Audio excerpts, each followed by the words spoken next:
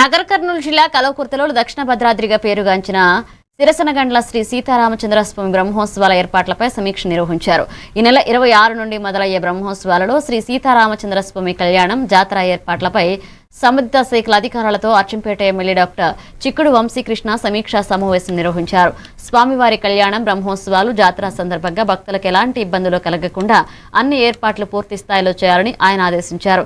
త్రాగునీరు, విద్యుత్, పారిశుద్ధ్యం, వైద్యం, ట్రాఫిక్ నియంత్రణ, భద్రతా ఏర్పాట్లు వంటి అంశాలపై ప్రత్యేక దృష్టి పెట్టాలన్నారు. భక్తులకు సౌకర్యవంతంగా స్వామివారి దర్శనం కలిగే విధంగా చర్యలు తీసుకోవాలని సూచించారు.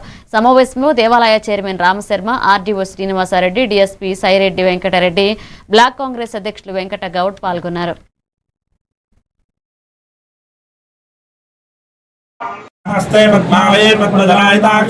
అంత గట్టిగా ఉండే ఇప్పుడు అవన్నీ కొంచెం రూల్స్ తలలోకి వచ్చినాయి కానీ ఒకప్పుడు ఇంకా గట్టిగా ఉండేది. అది కొంచెం జాతర కళ్యాణ మహోత్సవం బాగా జరగాలి. సంవత్సరానికి సౌకర్యాలలో మెరుగుపడాలి. ఒకటి. రెండవది, ప్రజలు ఎక్కువ రావాలి. జనం మల్లు, జాతర మల్లు.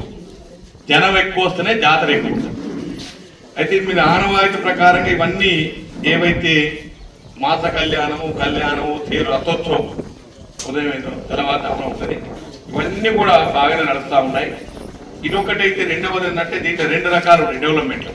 ఇది temporary development and permanent development. ఈ రెండింటిపైన కూడా దృష్టి పెట్టి ఇది